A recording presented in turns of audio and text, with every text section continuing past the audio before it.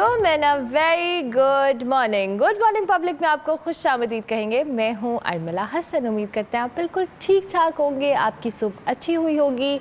आज गर्मी है, ये मैंने सुबह नतीजा इसलिए निकाला क्योंकि कल मुझे लग रहा था और मेरे फ़ोन का जो वेदर अपडेट था वो बता रहा था कि आज शायद थोड़ा सा क्लाउडी होगा वेदर, लेकिन जब मैं सुबह उठी तो अंदाज़ा हुआ कि नहीं, ऐसा नहीं हो रहा।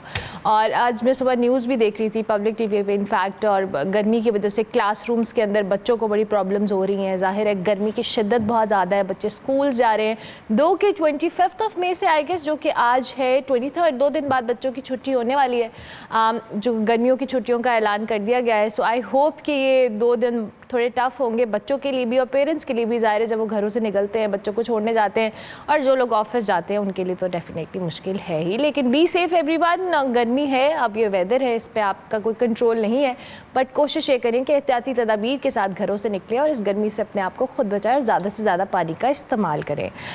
सुबह में हम जो आपको सुबह सुबह एक आधी बात बता देते होते हैं कि अच्छी बात, जिस पे हम खुद भी, मैं भी कोशिश करती हूँ कि मैं कहीं ना कहीं इम्प्लीमेंट कर लूँ। लेकिन आज हम बात करेंगे कि मायूसी आपने नहीं करनी है। आपकी ज़िंदगी में हालात व वाक़यात हमेशा आपकी मर्ज़ी के मुताबिक नहीं होते, तो ऐसी सूरत हाल में आपको अपने हालात व वाक़यात को बेहतर करने के लिए अच्छा होपफुल होना बड़ा ज़रूरी होता है।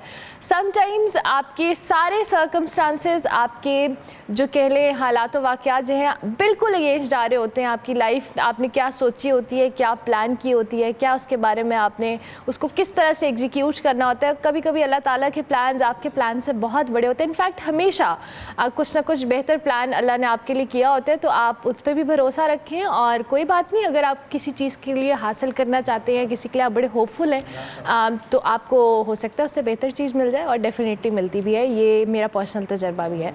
सो ये सारी चीज़ें हमने बिला वजह आपके साथ सुबह सुबह शेयर की, पर दो कि अच्छी और पॉजिटिव बातों से हम कोशिश करते हैं कि दिन का आगाज़ करें। और आगाज़ में जी पॉलिटिकल सिनेरियो पे हमने बात करनी होती है। आपको पता है कि पॉलिटिकली क्या हैपनिंग है हमारे मुल्क के अंदर। पीटीआई रहनुमा परवेज़ इलाही साहब जी, आपको पता है जेल से रिहा हो गए हैं। हमाद अज़हर साहब जो कि मंजर आम से गायब थे, वो वापस आ गए हैं, और उन्होंने कहा है कि खान साहब ने उनको पैगाम भेजा है कि तहरीक इंसाफ के जितने भी गायब रहनुमा हैं या रुपोश रहनुमा हैं वो वापस मंजर आम पर आ जाएँ। इसके अलावा जी किसी रिलीफ के हवाले से इस पे भी इसको कनेक्ट किया जा रहा है कि जो पीटीआई रहनुमा वापस आ रहे हैं रूपोश हुए हुए, क्या ये किसी रिलीफ की साइन तो नहीं है। इसके अलावा रऊफ़ हसन साहब पे जो ख्वाजा सराओं की जानिब से हमला किया गया, कल उमर अयूब साहब और रऊफ़ हसन साहब ने एक प्रेस कॉन्फ्रेंस भी की, उस पर भी हम बात करेंगे। और क्या मामला है, इसके हक़ाइक़ क्या हैं, इसके हवाले से भी बात करेंगे। जबकि अताउल्लाह तार साहब ने भी इस हवाले से एहतजाज कह लें या इसको कंडेम किया है कि ये एहतजाज, ये हमला जो है वो क्यों किया गया। इसके अलावा जी सेनेट में अदलिया मुखालिफ तकरीरों का सिलसिला भी जारी है। खुलकर अदालतों को जो कह लें तनकीद का निशाना बनाया जा रहा है, और साथ साथ पीटीआई वफ्द की मौलाना फजल रहमान साहब से मुलाकात भी हुई है, जिसको पॉजिटिव कहा जा रहा है। इस सारे सिनेरियो पे बात करेंगे। हमारे साथ शौकत पराचा साहब मौजूद हैं, सीनियर एंकर पर्सन हैं, साथ साथ तज्जियाकार भी हैं। Thank you very much Shaukat Paracha साहब, गुड मॉर्निंग, कैसे हैं आप, ठीक ठाक हैं? थैंक यू, माशाल्लाह, फाइन। अच्छा जी शौकत पराचा, आगाज़ में तो हम ज़रा ये कल हमाद अज़हर साहब की जो कह लें वापसी है, मंजर आम पे आना है, इस पर भी बात करेंगे। उन्होंने कहा जी कि खान साहब ने पैगाम भेजा है कि जो जो तहरीक इंसाफ के रहनुमा रोपोश हैं वो वापस आ जाएं, और इसके साथ साथ परवेज़ इलाही साहब भी रिहा हो गए हैं। इन रहनुमाओं की वापसी हो, ये किसी रिलीफ का इंदिया तो नहीं है? बहुत शुक्रिया। ये सभी वापस आ जाएं, जो कुछ भी किया है इन पे सब कुछ माफ। परवेज़ इलाही ने दोस्त मदारी को वहाँ पर तशद्दुद का निशाना बनवाया था, तो जितने सारे केसेस बने थे, अब पता चला कि वन फाइन ही देंगे, वो जमानत भी हो गई, वो घर भी आ गए। हमाद अज़हर साहब लाहौर से चले तो इस्लामाबाद आए, इस्लामाबाद में अपने दफ्तर की मीडिया टॉक की, फिर वहाँ से वो सुना है पेशावर चले गए, और उसके बाद इस्लामाबाद पुलिस वहाँ पर पहुँची। बाकी अदालतों से आप सारे केसेस जो है वो बरियत मिल रही है, जमानतें मिल रही हैं, तो इसलिए अब इसको रिलीफ का नाम देना या डील का नाम देना, पीटीआई इसकी मुखालफत कर रही है। खुद बानी पीटीआई खान साहब ने भी कहा कि मुज़ाकरात के हम मुखालिफ नहीं हैं, लेकिन इस डील के हक में नहीं है। पर अच्छा साहब, ये आप सारा अपने, सॉरी मैं आपको इंटरप्ट कर रही हूँ, अपने माइक से थोड़ा हाथ पीछे कर लें ताकि आपकी ऑडियो बीच में ब्रेक हो रही है। अब आप अपनी बात को कंटिन्यू कीजिएगा।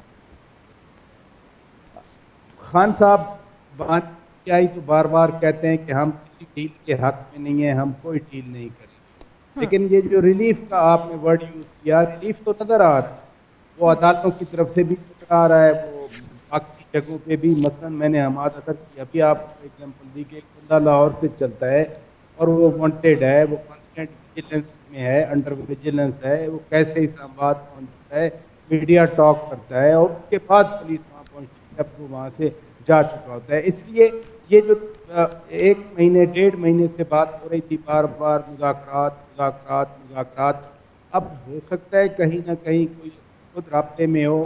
6 अप्रैल को पिछले महीने बड़ी मीनिंगफुल बातचीत की थी खान साहब ने मीडिया के साथ अडयाला जेल में, कि अभी भी कुछ उनके अपने साथी एस्टैब्लिशमेंट के साथ इन कांटेक्ट हैं। क्या ये उसका नतीजा है? बहरहाल चीज़ें खुल जाया करती हैं कुछ अरसे के बाद पाकिस्तान। ठीक हो गया, आहिस्ता आहिस्ता चीज़ें खुलेंगी और ये गुत्थियाँ भी सुलझेंगी कि ये रिलीफ है या क्या मामलात हैं। पर आज साहब, रऊफ़ हसन साहब पे भी हमला हुआ और उस पर भी कल एक बड़ी धुआंधार प्रेस कॉन्फ्रेंस भी हुई, प्रेस टॉक भी हुई। ये जो हमला है, ऑब्वियसली सारा इल्ज़ाम या कह लें सारा जो लफ्ज़ी गोलाबारी का रुख है वो हुकूमत की जानिब है कि जी ये स्टेट रियासत क्या कर रही है। सो इस हवाले से भी आप कॉमेंट कीजिएगा। ये जो हमला है इस पर इंक्वायरी तो बनती है। जी डेफिनेटली ये इंतहाई काबिल मज़म्मत है, जो भी इसके पीछे मुहर्रकात हों या ये सडन इंसिडेंट हो। लेकिन एक बात मैं ज़रूर कर दूँ, जो पहले भी खुद ये रऊफ़ हसन साहब ने कहा कि ये पहले भी उन्हें चेज़ किया इन्होंने या कोशिश की है, तो इट मीन्स कि जो उस दिन हुआ वो सडन प्रोवोकेशन नहीं, इट वाज अ आप प्लान्ड यू थिंग। कम अक्रॉस, हाँ, कि you come across at a spot and there is a heated argument and then there is कफल। नो, ऐसी बात नहीं है। यानी ये प्री प्लान्ड था, इसलिए इसकी तहकीकात जैसे आपने कहा बिल्कुल ज़रूरी है। ऐवान बाला में, सेनेट में, वहाँ रूलिंग भी दी चेयर ने कि इनकी तहकीकात करके इस ऐवान को आगाह किया जाए और यकीनन तहकीकात होनी चाहिए कि ये ख्वाजा सरा टोलियों की टोलियाँ इस्लामाबाद में हर जगह मौजूद होते हैं। ये कौन लोग हैं, इनकी आइडेंटिफिकेशन क्या है, क्या यहाँ इस्लामाबाद एडमिनिस्ट्रेशन के पास इनके कवायद भी हैं, इनके बारे में एडमिनिस्ट्रेशन को मालूम है ये कौन लोग हैं। तो एक और दूसरा एंगल ये भी बनता है जो रऊफ़ हसन साहब या दीगर कह रहे हैं, बिल्कुल तहकीकात होनी चाहिए, इसमें तो कोई दूसरी राय हो नहीं सकती। अच्छा, एक तरफ तो हम बात करें कि जी आपने ख़ुद भी अपने मेरे पहले सवाल के जवाब में कहा कि रिलीफ की बातें हैं और जाहिर है कि हमाद अज़हर साहब का इस्लामाबाद तक पहुंचना, फिर परवेज़ इलाही साहब का रिहा होना, दीगर लोगों का भी मंजर आम पर आना, एक तरफ तो ये रिलीफ की फ़िज़ा है, दूसरी जानिब ये अटैक हो या दीगर मामलात हों, उसमें कहीं इनडायरेक्टली और डायरेक्टली कोई मैसेज तो नहीं है कन्वे किया जा रहा तहरीक इंसाफ के लिए?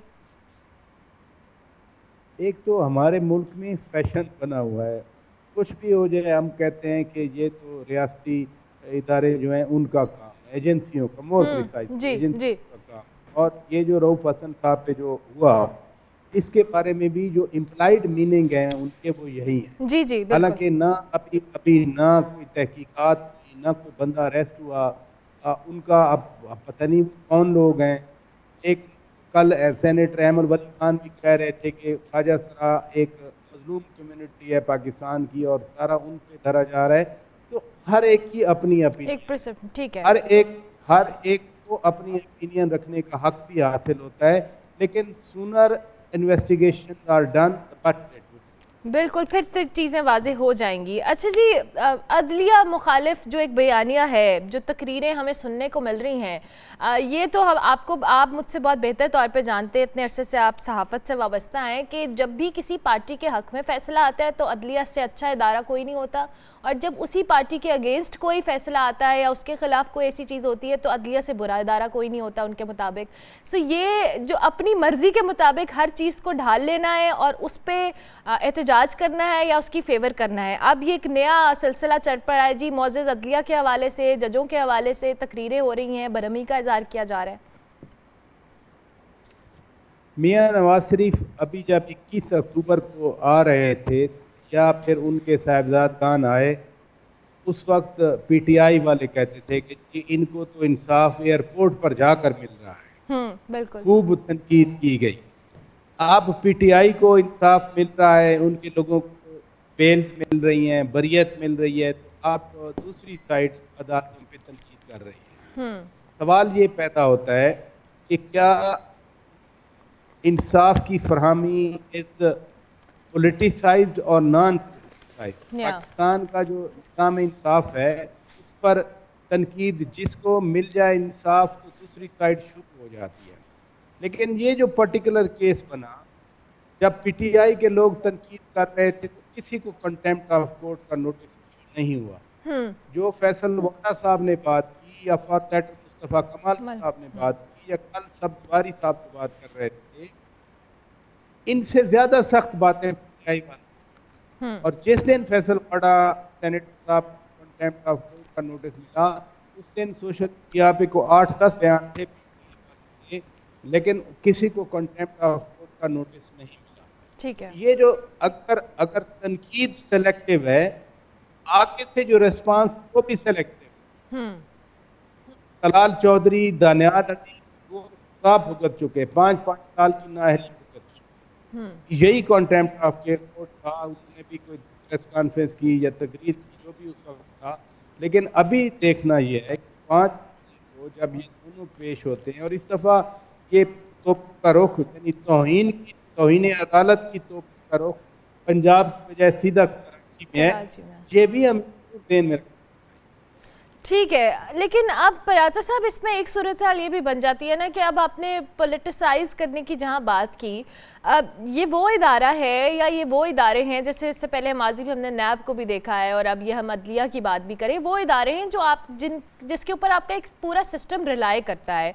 इंसाफ अदल जो है ये एक मुल्क के लिए सबसे इम्पॉर्टेंट एक सतून उसको कह लें कि अदलिया बड़ी स्ट्रांग होना चाहिए, लेकिन ये पॉलिटिकल पार्टीज़ ने इनको इतना कंट्रोवर्शियल कर दिया है कहीं ना कहीं कि आप अगर एक आम आदमी के हवाले से भी बात करें, आप पॉलिटिशियंस को तो साइड पे रखें, एक आम आदमी भी अब अदलिया के अगर फैसलों पे इस तरह से उसको भी कंसर्न होगा तो फिर ये सिस्टम डैमेज हुआ ना कहीं।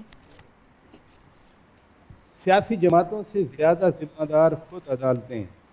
जस्टिस मुनीर के फैसले से लेकर साकिब निसार के फैसलों तक, और फिर उसके बाद कहीं सास की टेलीफोन कॉल है असरअंदाज होने के लिए, कहीं दामाद असरअंदाज हो रहा है, तो इसका जिम्मेदार कौन है? इसका जिम्मेदार सियासी जमातें नहीं है, इसका जिम्मेदार पाकिस्तान के अवाम नहीं है। और फिर ये डिटर्मिनेशन इंटरनेशनल इंडेक्स में भी आती है। 130 से ज़्यादा जब पोजीशन होगी तो फिर सवालात उठेंगे। तो अदलिया को खुद एज इंस्टीट्यूशन भी अपना सोचना चाहिए। अभी आपके सामने कोई 6 महीने साल पहले कितनी डिवीज़न थी, कहा जाता था कि ये केस इधर इस बेंच के पास चला गया तो फिर फैसला ये आ जाएगा। इजाज़ुल हसन तो रिज़ाइन दे के चला गया, किस वजह से? आखिर क्या मसला था कि एक incoming chief justice of Pakistan वो रिज़ाइन दे के चला गया और दूसरा सुप्रीम जुडिशल काउंसिल ने एक ने निकाल दिया। आपको मालूम नहीं क्या इल्ज़ामात थे, आपको मालूम नहीं क्या टेलीफोन कॉल थी, आपको मालूम नहीं कि कहाँ कहाँ प्रॉपर्टीज़ और प्लाजे बनाए गए। तो ये सियासी जमातों से ज़्यादा जो शीशे के घरों के अंदर बैठे हुए हैं उनको सोचना चाहिए। ठीक हो गया। अच्छा जी, दोबारा से तहरीक इंसाफ की तरफ आते हैं, क्योंकि जाहिर है इस वक्त मुज़ाकरात हर वक्त हमें सुनाई देते हैं जी, हो रहे हैं नहीं हो रहे, कोई तस्दीक कर रहा है कोई तरदीद कर रहा है। मौलाना फजल रहमान का एक बड़ा सॉफ्ट कॉर्नर डेवलप हो गया तहरीक इंसाफ के लिए। पहले जहाँ खुल के वो जो कह ले तनकीद करते थे, अब थोड़ा फ्लेक्सिबिलिटी शो की गई है उनकी जानिब से भी, और एक वफद की मुलाकात भी हुई है जिसको बड़ा पॉजिटिव कहा गया है JUI की जानिब से। ये मुलाकातें कहाँ तक जाएंगी? अच्छा, इन मुलाकातों का कुछ होगा सिलसिला या रुक जाएगा? एक तो अच्छी बात हुई है कि मौलाना फजल रहमान साहब के बारे में जो नाजेबा अल्फाज इस्तेमाल करती रही PTI फ्रॉम द बिगनिंग, वो रुक गए। और अभी पिछले दिन एक जलसा था, वहाँ फिर वही नारे लगे। तो असद कैसर साहब ने बाकायदा टेलीफोन करके मौलाना फजल रहमान से माजरत की। जी। तो मैं समझ सबसे बड़ा जो एक अच्छा आउटकम आया है कॉन्टेक्स्ट का, वो तो यही है कि माहौल में कुछ बेहतरी आई है और इसको कंटिन्यू किया जाना चाहिए। सियासत में सियासतदान मुज़ाकरात, बातचीत, मिलना जुलना कभी तर्क नहीं किया करते। ये पीटीआई का एक वतीरा बना कि हमने फलां से बात नहीं करनी, हमने फलां से बात नहीं करनी, हमने 3 जमातों से बात नहीं करनी। ठीक मौलाना है। फजलुर रहमान के खिलाफ जो बातें थी वो किसी सोच का आईनादार थी, लेकिन अब देखना ये है कि ये करीब आते हैं। मैं मुतअद्दिर हूँ अली अमीन खान गंडापुर के बयान का। जी पहले तो एक बयान दे चुके हैं जिसमें वो रद्द कर चुके हैं इस बिल्कुल। ऑप्शन को, लेकिन अब उनकी पार्टी बार बार मौलाना साहब के पास आ रही है। ये भी नोट करें कि मौलाना साहब अभी तक उधर चल नहीं गए। ये पीटीआई की है जो मौलाना साहब के पास आ रही है। देखते हैं चीफ एग्जीक्यूटिव अली अमीन खान गंडापुर क्या कहते हैं।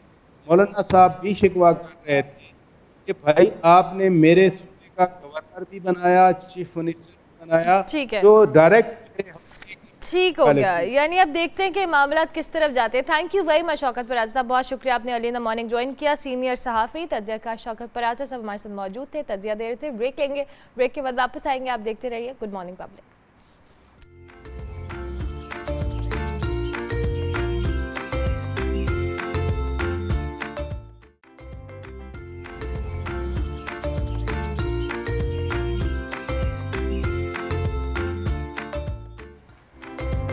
Welcome back to good morning public. Break के बाद वापस आ गए जी। मैच और क्रिकेट, आपको पता है हम क्रिकेट के बगैर जो कह लें शो ऐसे लगता है इनकम्प्लीट है, क्रिकेट की बात ना की जाए। और चूंकि आजकल हम सीरीज़ को डिस्कस कर रहे हैं, वर्ल्ड कप आने वाला है, पाकिस्तान वर्सेस इंग्लैंड सीरीज़ का कल से आगाज़ होना था, लेकिन कल बारिश ऑब्वियसली उसकी वजह से मैच मनसूख हो गया। अब अगला मैच जो है वो हफ्ते को खेला जाएगा।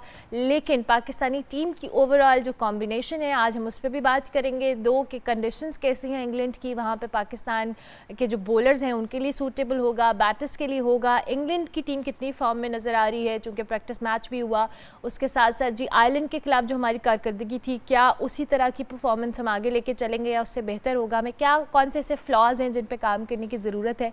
इन तमाम बातों के ऊपर हम डिस्कशन करेंगे। उसामा विर्क हमारे साथ मौजूद हैं, स्पोर्ट्स एनालिस्ट हैं, उनको खुशामदीद कहते हैं। Thank you very much Usama. Good morning, कैसे हैं आप? गुड मॉर्निंग, बिल्कुल ठीक, आप ठीक? बिल्कुल ठीक ठाक। उसामा, कल तो वैसे हम एक्साइटेड थे कि इंग्लैंड के साथ मैच होने वाला है, बट दो के वेदर या बारिश को कुछ और ही दिखाना था कि नहीं हुआ मैच। लेकिन स्टिल पाकिस्तानी टीम की इस सीरीज़ के लिए जो इंग्लैंड के साथ होने जा रही है, दो के से पहले हमने आयरलैंड के साथ खेला है और हमने जिस तरह की परफॉर्मेंस पहले मैच में दिखाई है, मैं थोड़े ढके चुपल बाज में कह रही हूँ, बट आप उसको बेहतर तौर पर एक्सप्लेन करेंगे कि उसके बाद इंग्लैंड की सीरीज़ के लिए हम कितने तैयार आपको लगता है कि है? देखिए, सबसे पहले तो ये इंग्लैंड की जो सीरीज़ है ये दोनों टीम्स के लिए बहुत इंपॉर्टेंट है। आप ये याद रखें कि बायलेटरल सीरीज़ में जो पाकिस्तान की परफॉर्मेंस थी आयरलैंड के खिलाफ, वो कोई आप वर्ल्ड कप प्रिपरेशन के लिहाज से अगर देखें तो वो बहुत अच्छी नहीं थी। आपने दोनों टीम्स का जब मैं बात करूं कि ICC world cup T20 Australia में जो हुआ था उसके फाइनलिस्ट थे पाकिस्तान और इंग्लैंड, अगर उसके हम अकॉर्डिंगली देखें तो तब से लेके अब तक पाकिस्तान और इंग्लैंड दोनों का T20 परफॉर्मेंस का ग्राफ नीचे आया है। आप अपनी रिसेंट परफॉर्मेंस देखें अगर पाकिस्तान की, तो हम आयरलैंड से मैच हारे आयरलैंड में, जो कि बिल्कुल नहीं हारना चाहिए था। आप ये इस तरह की सीरीज़ आप क्लीन स्वीप करते हैं, डोमिनेट करते हैं और अपनी एक वर्ल्ड कप में जाने से पहले एक अपनी स्टेटमेंट देते हैं कि we are ready for the world cup. आप उधर से भी एक मैच हारे, आपको अभी तक आप 20 टीम्स में से इकलौती टीम है जिसने स्क्वाड अनाउंस नहीं किया और अभी करना है, अभी और आप इस मैच पे डिपेंड कर रहे थे जो मैच बारिश की वजह से हुआ ही नहीं। और पाकिस्तान का हमेशा से ये वतीरा रहा है कि हम वर्ल्ड कप का या कोई भी इवेंट, आईसीसी का इवेंट का स्क्वाड लास्ट में अनाउंस करते हैं। ये तो मैं बहुत दफ़ा सवाल करती हूँ एनालिस्ट से कि भाई क्या ऐसा इशू है कि टीम्स तैयारी करती हैं, उनको पता होता है कि भाई ये टीम है, चाहे इधर की उधर दुनिया हो जाए, उन्होंने वो स्क्वाड नहीं हिलाना, हम तो आखिरी दिन तक चेंजेस करते रहते हैं। आइडियली आयरलैंड सीरीज और इंग्लैंड सीरीज के लिए भी वही स्क्वाड अनाउंस होना चाहिए था जो वर्ल्ड कप के लिए था, ताकि आपको आपके जो कॉम्बिनेशन की बात करते हैं, बाबर भी कॉम्बिनेशन की बात करें, आपने भी कॉम्बिनेशन की बात की, आप अपना कॉम्बिनेशन इस तरह की सीरीज में पहले टेस्ट करते हैं, फिर उसको वर्ल्ड कप में लेके जाते हैं। आपका ये जो इंग्लैंड सीरीज में जो आपने 2 मैचेस को एज अ टेस्ट रखा है, अगर उन 2 मैचेस में आउट ऑफ द ऑर्डिनरी कोई प्लेयर परफॉर्म कर देता है तो वो ऑटोमेटिक चॉइस हो जाता है फिर वर्ल्ड कप के लिए। तो जो आपके कंसिस्टेंट परफॉर्मर्स आ रहे होते हैं, आप उनको अचानक साइडलाइन कर देते हैं उन 2 मैचेस की परफॉर्मेंस पे। आप जब आपका बड़ा इवेंट आता है उससे पहले आप 1-2 सीरीज पहले स्क्वाड अनाउंस करके फिर उस स्क्वाड को कंसिस्टेंटली लेके चलते हैं, पता उनका ताकि उनको कॉन्फिडेंस पता हो हो कि हमने वर्ल्ड कप खेलना है और हमें पता है। अब मसला यही है जो आपने भी खुद भी उसामा बात की कि यहाँ पर एक प्लेयर है जो शायद 1 या 2 मैचेस में परफॉर्म नहीं करता और फिर हम उसको साइड पे कर देते हैं और फिर हम अगला नया प्लेयर लेकर आते हैं और उससे एक्सपेक्टेशंस इतनी हाई कर लेते हैं। देखिए हमारे एक फॉर्मर क्रिकेटर हैं बाजिद खान, उन्होंने एक बहुत अच्छा जुमला उनका है कि टीम में आना भी उतना ही मुश्किल होना चाहिए और टीम में जाना भी उतना मुश्किल होना चाहिए। Absolutely. हमारी पाकिस्तान टीम का उलट हिसाब है कि पाकिस्तान टीम में आना भी उतना ही आसान है और उस बाहर जाना उससे ज़्यादा आसान है। अब उस्मान खान को अगर आप देखें, हमारा जो एक PSL से दो परफॉर्मेंसेज 2 सेंचुरीज हैं उसकी, उन 2 परफॉर्मेंसेज की बेस पे आपने उसका UAE का पूरा करियर ख़त्म करवा के पाकिस्तान के लिए उसको यहाँ पे डेब्यू करवा दिया। अब आयरलैंड की सीरीज़ में वो अगर परफॉर्म नहीं कर सका, न्यूजीलैंड की सीरीज़ में परफॉर्म नहीं कर सका, आपने आयरलैंड की सीरीज़ में उसे खिलाया ही नहीं। अब आपने इंग्लैंड के खिलाफ अगर उसे टेस्ट करेंगे, इंग्लैंड एक टॉप ऑफ द लिस्ट एक कंटेंडर है वर्ल्ड कप के लिए की टीम है। आप अचानक एक बच्चे का जिसका कॉन्फिडेंस ऑलरेडी लो है, वो पता नहीं क्या सोच रहा है कि उसका करियर एक उसने बिल्कुल दाव पे लगा के एक दूसरा करियर शुरू किया है, और आयरलैंड की सीरीज़ में अगर आपने उस पर ट्रस्ट नहीं किया तो आप इंग्लैंड की सीरीज़ में उस पर ट्रस्ट करेंगे, उसके ऊपर 200% प्रेशर होगा। और इस तरह के प्रेशर में अगर इंसान है, डेब्यू है, हर किसी पे प्रेशर होता है, अगर वो क्लैप्स करता है आप उसको बाहर कर देंगे, खत्म है, आप उसको बाहर कर देंगे।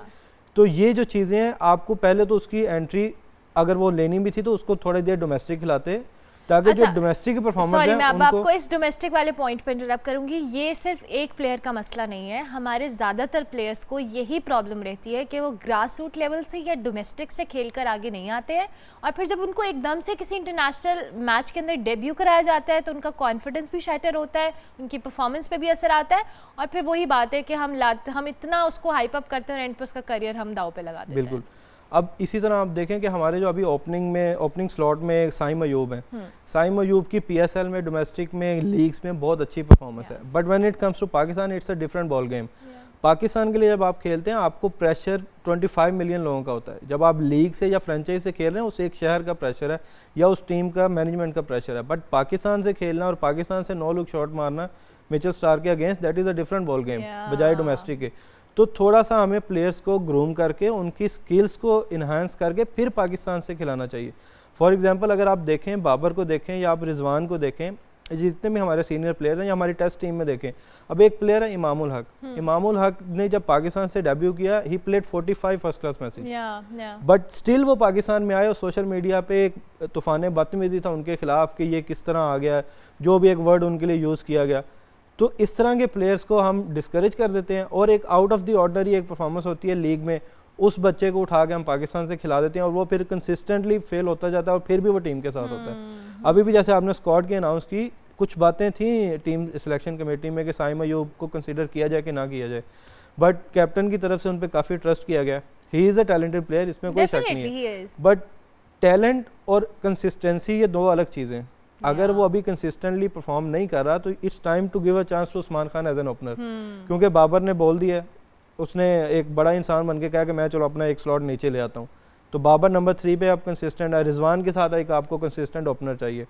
तो अगर साइम परफॉर्म नहीं कर रहे तो आई थिंक अब उस्मान को 5 ये जो मैचेस हमारे T20 से पहले बचे हैं उनमें इनको चांस देना चाहिए। अच्छा, अब उसामा, अब तैयारी की बात कर लेते हैं। जिस तरह से आप टीम की बात कर रहे हैं, अब 2 के हमने अभी तक स्क्वाड अनाउंस नहीं किया और हमारे दिमाग में यही है कि जी अभी इस मैच के ऊपर या इन 2 मैचेस पे बेस करके हमने आगे स्क्वाड अनाउंस करना है। पहला मैच तो मनसूख हो गया, अब एक मैच है, इसके बाद स्क्वाड की अनाउंसमेंट है, और ऑब्वियसली जिनकी चांसेस हैं वो भी थोड़ा बहुत क्लियर तो है ही। हमें ये टीम वर्ल्ड कप के लिए आपको क्या लगता है कितनी तैयार है? क्या हमारे पास अच्छे प्लेयर्स, अच्छे कॉम्बिनेशंस मौजूद हैं कि हम दुनिया की ए कैटेगरी की टीम्स को, दो कि हम खुद भी किसी से काम नहीं है, बट स्टिल हमें परफॉर्मेंस में कभी ना कभी प्रॉब्लम रहता है, सो हम उनको एक टफ टाइम दे पाएंगे? जहाँ तक टीम लाइनअप की बात है, वो कहीं किसी हद तक आई थिंक सबको एक क्लियर पिक्चर है कि कौन से प्लेयर सेलेक्ट होंगे कौन से नहीं, क्योंकि हसन अली को रिलीज कर दिया गया स्क्वाड से, और इरफान खान, नियाजी और जो सलमान अली आ गए हैं वो रिजर्व्स में होंगे, बाकी आपके पास अपना 15 का स्क्वाड है। तो जहाँ तक उस स्क्वाड की बात है, उसमें आई थिंक जो मेरा पर्सनल ओपिनियन है, शायद एक प्लेयर की कमी है, वो है बॉलिंग ऑलराउंडर। वो कौन आपके ख्याल में? आमिर जमाल ने आपको रिसेंटली ऑस्ट्रेलिया के खिलाफ एक ऐसी परफॉर्मेंस दी है जहाँ से आपको नजर आया कि उस लड़के में एक फाइटिंग स्पिरिट है, पोटेंशियल है। बड़ी टीम्स के खिलाफ जो एक अग्रेशन चाहिए होता है, कि वो एक वॉरियर माइंडसेट है उसमें, कि मिचेल स्टार्क बाउंसर पे बाउंसर मारा था, उसने 2 खाए, तीसरा उसने पुल शॉट पे चौका मारा। तो इस तरह का जो वॉरियर माइंडसेट है, उस तरह का आपको प्लेयर्स चाहिए, क्योंकि वर्ल्ड कप जैसी जो इवेंट्स होते हैं उसमें आप कहीं ना कहीं फंसते हैं और जब आप फंसते हैं तो आपको इस तरह मेंटली स्ट्रॉन्ग प्लेयर की ज़रूरत पड़ती है जो आपको तीनों फॉर्मेट से तीनों डिपार्टमेंट में अच्छा हो, बॉलिंग में, फील्डिंग में, बैटिंग में। और बॉलिंग, सीम बॉलिंग ऑलराउंडर की पाकिस्तान में बहुत देर से ज़रूरत है और एक वो ऐसा लड़का आया था जिसको हमें आफ्टर दैट ऑस्ट्रेलिया सीरीज़, जिस तरह उसने ऑस्ट्रेलिया को ऑस्ट्रेलिया में परफॉर्म किया, जिस तरह उसने हाफ सेंचुरी भी की और जो उसका एटीट्यूड था वहाँ पे, आई थिंक उसके बाद तो उसको without any question Pakistan team के साथ ट्रैवल करना चाहिए। उसके बाद एक और जो प्लेयर जो मुझे मिसिंग लग रहा है, वो मेरी पर्सनल ओपिनियन भी हो सकती है, बट उसके साथ थोड़ी सी ज़्यादती हुई कि वो परफॉर्म नहीं किया न्यूजीलैंड सीरीज़ में, तो आपने उसको ड्रॉप कर दिया, उसामा मीर। अच्छा। उसामा मीर आपका पीएसएल का टॉप विकेट टेकर है और आप जहाँ पे जा रहे हैं यूएसए, वहाँ पे स्पिन फ्रेंडली विकेट्स होंगी और शादाब आपका जो प्राइमरी स्पिनर है उसकी एज अ बॉलर परफॉर्मेंस उस तरह से नहीं है जिस तरह से होनी चाहिए थी। एज अ बैटर वो काफ़ी इंप्रूव कर गया और विदाउट अ क्वेश्चन वो गन फील्डर है, तो टीम में तो वो रहेगा, बट आपको एक एग्रेसिव और एक front line spinner, wicket taking spinning option जो चाहिए वो आप इफ्तिखार से एक्सपेक्ट करते हैं, आप साइम से एक्सपेक्ट करते हैं या आप इमाद से एक्सपेक्ट करते हैं। तो इमाद के साथ वो एक बैटिंग ऑलराउंडर, आपको एक प्रॉपर बॉलर, स्पिनर बॉलर जो चाहिए था स्क्वाड में, वो आपने नहीं लिया, जो कि उसामा मीर था। ठीक है। तो कॉम्बिनेशन में थोड़ी सी ये, और ये बिल्कुल ऐसी है कि 92 के वर्ल्ड कप में भी वकार भाई नहीं गए थे, तो कभी ना कभी आप कुछ प्लेयर मिस भी करते हैं और कभी अच्छी परफॉर्मेंस भी दे जाते हैं, तो इसमें ये नहीं है कि ये नहीं है तो हम अच्छा नहीं खेल पाएंगे। नहीं, बस हमें उम्मीदें अच्छी रखनी चाहिए। बहुत सारी एक्सपेक्टेशंस हमारी ऑब्वियसली टीम के साथ हैं। वर्ल्ड कप एक बहुत बड़ा इवेंट होता है और पाकिस्तानी टीम वैसे क्रिकेट को बहुत सेलिब्रेट करती है। और सामा इन द एंड इंग्लैंड से अब हमारे मैचेस जो होने हैं, इंग्लैंड की कंडीशंस को लेकर बताएं, किस तरह की कंडीशन है, बॉलर्स के लिए सूटेबल है या बैटर्स के लिए है, क्या टीम के लिए तैयारी होनी चाहिए? एक तो इंग्लैंड सीरीज़ जो है उसका सबसे बड़ा फैक्टर ये है कि इंग्लैंड खुद भी बहुत कम परफॉर्मेंस के साथ ये सीरीज़ खेल रहे हैं। जो T20 वर्ल्ड कप था 2022 में, उसमें उन्होंने 5 मैचेस जीते, तो उससे लेके आज इस मैच तक वो 4 मैचेस जीते हैं सिर्फ। तो उनकी अपनी परफॉर्मेंस भी इतनी अच्छी नहीं है, तो वो पाकिस्तान के खिलाफ एक बहुत डोमिनेट करने वाली सीरीज़ खेलेंगे। और एक और जहाँ तक कंडीशंस की बात है, इंग्लैंड की कंडीशन हमेशा से बॉलर्स के लिए जो फिजिबल रही हैं, उनमें जो आपका जब फोरकास्ट कंडीशन हो जाता है तो स्विंग और पेस जो है वो एक्स्ट्राऑर्डिनरी हो जाती है। ठीक है। और जहाँ तक बात है पेस की, तो पाकिस्तान को याद रखिए सबसे बड़ा थ्रेट जोफ्रा आर्चर से है। अच्छा। जोफ्रा आर्चर 4 साल से इंटरनेशनल जो इंग्लैंड में इंटरनेशनल नहीं खेला और 1 साल से वो T20 नहीं खेला, बट उनके टीममेट्स का ये कहना है कि वो अब अपने करियर की तेज तरीन गेंदबाजी कर रहे हैं। अच्छा। और उनको उन्होंने वर्ल्ड कप के लिए ग्रूम किया और ये उनकी टेस्ट सीरीज है।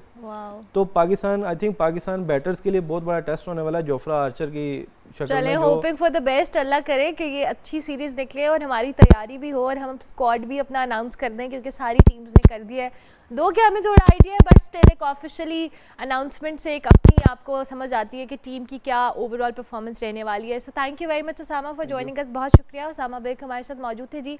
इंग्लैंड के साथ हमारी सीरीज़ है, एक मैच मनसूख हुआ है, हफ्ते को अगला मैच खेला जाएगा। इस सीरीज़ पे भी हम बात करेंगे, ऑन एंड ऑफ जैसे जैसे मैचेस होंगे, और साथ साथ वर्ल्ड कप की तैयारी भी होगी और वर्ल्ड कप के लिए भी हम डिस्कशंस को जारी रखेंगे। अभी ब्रेक लेते हैं, ब्रेक के बाद वापस आते हैं। आप देखते रहिए good morning public.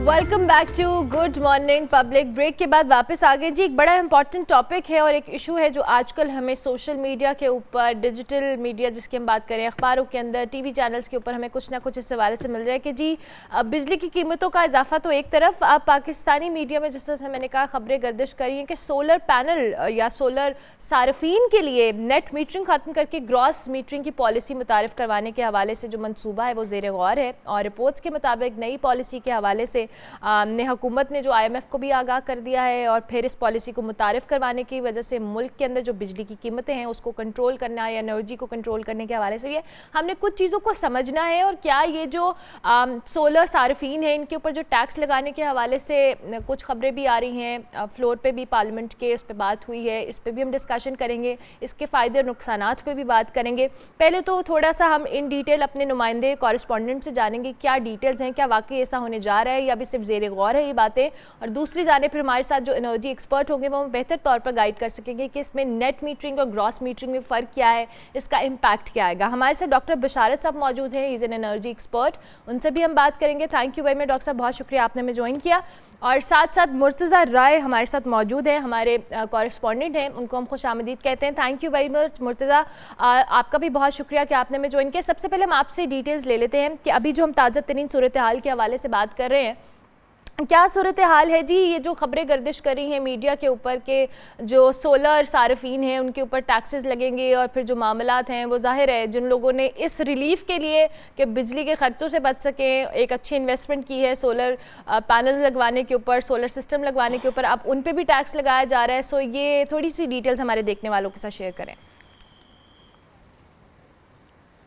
Thank you, Armila, for having me in this show. So I'll start with the quotation so you can catch the joke और आपको पता चल सके कि what the game is being played.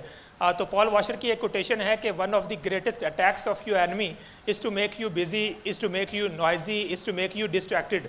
तो बिल्कुल ये सोलर वाले इशू पे और नेट मीटरिंग वाले इशू पे हुकूमत इस वक्त यही कर रही है कि लोग शोर मचा रहे हैं और लोगों के शोर को हवा दी जा रही है और लोगों को डिस्ट्रैक्ट किया जा रहा है ताकि लोग असल जो गेम खेली जा रही है उसको उसकी तरफ ध्यान ना दें। तो बिल्कुल ऐसा ही हो रहा है। लास्ट संडे को जो मिनिस्टर ऑफ पावर हैं उन्होंने लाहौर में एक तफसीली प्रेस कॉन्फ्रेंस की और उन्होंने कहा कि नेट मीटरिंग को ख़त्म नहीं किया जा रहा। 3 रोज़ कबल एक वो बड़े मॉर्निंग शो में भी अपीयर हुए, वहाँ पर भी उन्होंने बात की और परसों सेनेट के अंदर उन्होंने नेट मीटरिंग के हवाले से एक पॉलिसी बयान दिया और उसमें भी उन्होंने वाज़ेह तौर पर यह कहा कि नेट मीटरिंग को ख़त्म नहीं किया जा रहा। ये तो 2017 में उनके कायद मियाँ नवाज शरीफ ने ये पॉलिसी इंट्रोड्यूस करवाई थी और इस वक्त शहबाज शरीफ के दिल के भी बहुत करीब है, तो इसको ख़त्म करने का कोई सवाल ही पैदा नहीं होता। लेकिन इससे ख़तरनाक बात यह है कि ग्रॉस मीटरिंग पॉलिसी के हवाले से मिनिस्टर ऑफ पावर ने कहीं पर कोई वजाहत नहीं दी, उन्होंने सिर्फ नेट मीटरिंग के हवाले से वजाहत दी है। असल ख़तरनाक चीज़ ग्रॉस मीटरिंग पॉलिसी है।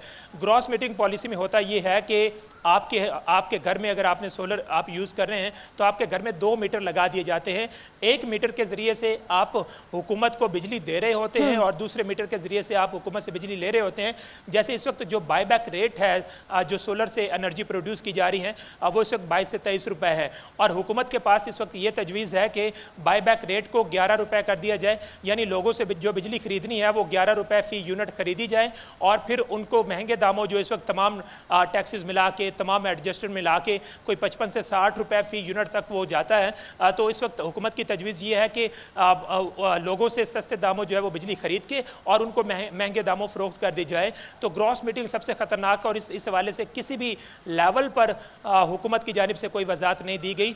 नेट मीटरिंग ये होती है कि जो लोग सोलर लगा रहे हैं, सोलर इस्तेमाल कर रहे हैं, वो जो इजाफी बिजली है वो हुकूमत को दे देते हैं और उस पर हुकूमत उनको पैसे भी देती है और लोगों को बिल भी अदा नहीं करने पड़ते। लेकिन ये एक ख़तरनाक पॉलिसी है और अगर ग्रॉस मीटरिंग पॉलिसी लाई जाती है तो इसका साफ मतलब ये है कि नेट मीटरिंग को ख़त्म किया जा रहा है। ठीक हो गया। मुर्तज़ा आप हमारे साथ ही मौजूद रहेगा। डॉक्टर बशारे भी चूँकि हमारे साथ मौजूद हैं। डॉक्टर साहब, जिस तरह से मुर्तज़ा ने हमें एक्सप्लेन किया, हम चाहेंगे थोड़ा सा फर्दर आप इसी बात को आगे एलेबोरेट करें हमारे देखने वालों के लिए, क्योंकि जाहिर है जब हम ग्रॉस या नेट मीटरिंग की बात करें कि जो पॉलिसी है अभी हुकूमत इस हवाले से कोई हतमी फैसला तो नहीं किया, बट स्टिल जो एक सारिफ है उसके लिए बड़ी कलामिंग सिचुएशन है ये वाली। जी बिल्कुल, मैं अर्ज़ करूं कि थोड़ा सा आपको बैकग्राउंड बताना ज़रूरी है कि ये हो क्यों रहा है अगर हुकूमत की तरफ से ऐसा इकदाम किया जाता है। देखें, बात यह है कि इस वक्त मुल्क में 45,000 मेगावाट से ज़्यादा की कैपेसिटी लगा दी गई है, पावर प्लांट्स लगा दिए गए हैं, जबकि सर्दियों में हमारी रिक्वायरमेंट होती है सिर्फ 8,000 मेगावाट, ठीक है, और गर्मियों में होती है 22,000 मेगावाट। इससे ऊपर आपका ग्रिड ही नहीं ले सकता। तो जहाँ पर 22,000 मेगावाट्स की रिक्वायरमेंट है मैक्सिमम और सर्दियों में 8,000 की सिर्फ, वहाँ 45,000 मेगावाट लगा चुके हैं कैपेसिटी और 22 से 24,000 मेगावाट्स और जो है पाइपलाइन में है। तो अब ये जो डिफरेंस है 22,000 में और 45,000 में और जो जाकर कुछ अरसे के बाद 75,000 मेगावाट हो जाएगा, ये जो डिफरेंस आएगा ये आपकी कैपेसिटी पेमेंट्स बनती हैं कि वो पावर प्लांट्स चलें या ना चलें, आपको उनको अदायगी करनी पड़ती है, जिससे आपका मुल्क दिवालिया हो रहा है। आपका सर्कुलर डेट जो है बिजली का 2.8 ट्रिलियन हो चुका है और अब तो गैस का भी बढ़ गया है। गैस का सर्कुलर डेट कुछ साल पहले बिल्कुल नहीं होता था जब तक LNG की कोई यहाँ पर इंपोर्ट नहीं पॉलिसी बनाई गई थी। जब से LNG पाकिस्तान में इंपोर्ट होना शुरू हुई, गैस का सर्कुलर डेट भी बिजली के बराबर हो चुका है, 2.8 ट्रिलियन ही है एग्जैक्टली इस वक्त, और वो तेज़ी से बढ़ रहा है। अब ये है कि सोलर जो है वो क्योंकि एक यहाँ पर बना था अल्टरनेटिव एनर्जी डेवलपमेंट बोर्ड, जिसको बाद में ख़त्म कर दिया गया, इमरान खान की हुकूमत ने उसे ख़त्म किया, ठीक है। और वो जो बोर्ड था उसमें पॉलिसी बनाई गई थी 2006 में जिसके तहत जो है विंड, सोलर और स्मॉल हाइडल पाकिस्तान में लगाने के लिए मुख्तलिफ इंसेंटिव्स दिए गए थे IPPs को। और उसके बाद फिर 2013 में एक और पॉलिसी आई जिसमें कि biomass, waste to energy, biogas वगैरह भी उसमें डाल दिया गया, जिससे कि शुगर इंडस्ट्री सारी आ गई है, उसके बगास बेस्ड पावर प्लांट्स लगने शुरू हुए। और फिर इसको रिवाइज़ किया गया 2019 में, या फिर इमरान खान की हुकूमत में उसके बाद करते रहे। लेकिन जब इन्होंने रिवाइज़ की पॉलिसी, उसके बाद से बिल्कुल इसमें इनके पास कोई ख़ास इन्वेस्टमेंट नहीं आई।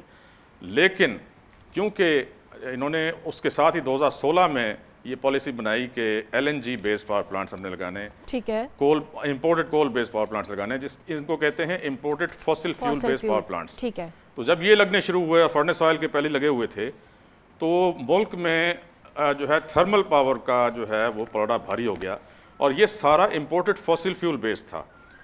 जब आपके मुल्क में डीवैल्यूएशन होनी शुरू हुई, इसहाक डार साहब यहाँ से चले गए मुल्क से 2017 में, और उसके बाद लाए गए मिफ्ता इस्माइल साहब, उन्होंने एकदम डिवैल्यू किया बुरी तरह। और फिर इमरान खान साहब की हुकूमत आती है, उन्होंने फर्दर बहुत ज़्यादा डिवैल्यू किया रुपए को, और 190 तक ले गए। फिर ये PDM की हुकूमत आती है जो कि उसको 330 तक ले जाती है रुपए को, उससे बेड़ा गर्क होना शुरू हुआ। उससे ये हुआ कि ये सारा जो इंपोर्टेड फ्यूल था, फिर आपके पास ज़र मुबादला के ज़खायर ख़त्म होना शुरू हो गए, तो आपके पास इंपोर्टेड फॉसिल फ्यूल यानी LNG और इंपोर्टेड कोल और फर्नेस ऑयल ख़रीदने का पैसा नहीं रहा। तो वो पावर प्लांट्स जो है बंद हो गए, अब उनको बेचने के लिए बैठे हुए हैं, उनको बेचने के लिए है, और ख़रीदेगा कौन खरीदेगा, तो इस कीमत पे बिजली कौन ख़रीदेगा। तो आपका बिजली का टैरिफ जो है वो बहुत ऊपर चला गया, इतना ऊपर चला गया कि आपकी इंडस्ट्री बंद हो रही है, अफोर्ड नहीं कर सकती, कंपिटिटिव नहीं रहती, करोड़ों आपके जो वर्कर्स है बेरोजगार हो जाएंगे, और हो रहे हैं। तो उसमें फिर ये हुआ, अच्छा जो आम कंज्यूमर है, घर वाला बेचारा, ठीक है, उसने अब वो अफोर्ड ही नहीं कर सकता, उसके घर में अगर AC लगा हुआ है तो वो चला नहीं सकता, पंखे ऑन करता है तो उसका 30-40 हज़ार रुपए का सिर्फ पंखों का बिल आता है। बिल्कुल तो सही। अब फिर ये किया कि बिल्कुल जो मिडिल क्लास थी, लोअर मिडिल क्लास इवन और मिडिल क्लास, इन्होंने फिर सोलर पैनल्स लगाने शुरू किए अपने घर के ऊपर। बिल्कुल। तब हुकूमत ने एक पॉलिसी दी, उसको हमने ही बना कर दी थी, नेट मीटरिंग पॉलिसी कहलाती है, वो नेपरा ने जो है उसको नोटिफाई किया। उसके तहत ये होता है कि आप अपने पावर प्लांट खुद लगाते हैं, सोलर पैनल्स घर के ऊपर लगाते हैं, और उसको कनेक्ट करते हैं नेशनल ग्रिड के साथ, और थ्रू नेट मीटरिंग आप जो है आप वो बिजली बेच सकते हैं, जो एक्सेस होती है, जो कि जिस तरीके से जो 2006 की पॉलिसी में कैप्टिव कम स्पिल ओवर का कॉन्सेप्ट था फॉर IPPs, वही यहाँ पर है कि जो कैप्टिव यानी जो आपने अपने घर के लिए इस्तेमाल करनी है, और उसमें से जो बच जाती है वो आप स्टेट को देते हैं, वो नेट मीटरिंग कहलाती है, उसकी आपको पेमेंट होती है। तो अब ये चीज़ कुछ ऐसे चल रही थी, अब बहुत ज़्यादा क्योंकि महंगा होता चला गया टैरिफ आपका जो हुकूमत देती है, तो ये फिर आम आदमी ने भी लगाने शुरू किए, कर्जे लेकर लगाने शुरू किए। ये नहीं है कि अमीर आदमी सिर्फ लगा रहे हैं, डॉक्टर साहब हुकूमत ने बाकायदा तौर पर इनको इनकरेज किया कि आप सोलर पैनल्स लगवाएं, आप सोलर सिस्टम अपने घरों में लगवाएं। प्राइम मिनिस्टर खुद आकर ये कहते रहे कि आप लगाएं। बिल्कुल वो होता रहा। अब हुआ क्या है कि जब बहुत ज्यादा अब लगने शुरू हो गए, क्योंकि लोग अफोर्ड ही नहीं कर सकते, जो ग्रिड से बिजली आपको मिलती है लोग अफोर्ड नहीं कर सकते, तो इस वजह से बहुत ज़्यादा लगना शुरू हो गया सोलर। अब इनको ये डर हुआ कि अगर सबने सोलर लगा लिया तो हमने जो ये 45,000 मेगावाट के पावर प्लांट्स लगाए हुए हैं, जिसमें कि पता नहीं किसने कितना कमीशन खाया होगा, किकबैक्स लिए होंगे, अब उनकी बिजली कौन खरीदेगा? वो सारा का सारा वो जो कैपेसिटी पेमेंट्स हैं वो हुकूमत दे रही है। हुकूमत क्या दे रही है? वो आवाम दे रहे हैं, मैं और आप दे रहे हैं। तो वो जो है इनको फिर उसकी पेमेंट्स नहीं होंगी। तो अब इन्होंने ये नया एक निकाल दिया कि जी हम जो है अब इसको नेट मीटरिंग को बदलेंगे, लेकिन अभी तक आई नहीं है कोई पॉलिसी। जहाँ तक मेरे सुनने में आया है, मैंने फारूक लगारी साहब वैस लगारी साहब को सुना है कि जो जिन्होंने ऑलरेडी लगा लिया है उनके कॉन्ट्रैक्ट साइन हो चुके हैं विद डिस्कोज और नेट मीटरिंग, उन पर ये अगर नई पॉलिसी आती है, अप्रूव होती है, तो वो लागू नहीं होगी। जहाँ तक मुझे समझ आई है, ठीक है। अच्छा डॉक्टर साहब, आप हमारे नए उसके बाद लगाएंगे, ठीक है, वो उन पे होगी इम्प्लीमेंट। डॉक्टर साहब आपको मैं इंटरप्ट करूंगी क्योंकि मुर्तज़ा भी हमारे साथ मौजूद है। मुर्तज़ा, एक तो बात ये डॉक्टर साहब ने बड़े बेहतर अंदाज में एक्सप्लेन कर दी कि हमने लॉन्ग टर्म पॉलिसी नहीं बनाई, हमने उस वक्त लोगों को इनकरेज किया, हमने अपनी कन्वीनियंस देखी। दो कि कहीं ना कहीं शायद इंटेंशन हो कि जी आवाम को रिलीफ मिले, जो बिजली के इतने इतने बिल आ रहे हैं, लोगों ने कर्जे ले लेकर और लोगों ने इंस्टॉलमेंट्स के ऊपर ये सोलर सिस्टम्स लगवाए अपने घरों में। अब हमें ये अंदाज़ा नहीं हुआ कि हमने अब इस सारे मामले को हैंडल कैसे करना है। अब हम इसके ऊपर भी टैक्स टैक्स लगा रहे हैं और दूसरी साइड पे हम बिजली भी महंगी कर रहे हैं। तो ये जो पॉलिसी लॉन्ग टर्म ना होना है उसका इम्पैक्ट अब कहीं ना कहीं आवाम के ऊपर आएगा। दूसरा सवाल मेरा ये जो टैरिफ बेचने का मामला था, अब इसकी क्या सिचुएशन है और माजी में इसकी क्या सिचुएशन थी, थोड़ा सा हमें इस हवाले से भी एक्सप्लेन कीजिएगा।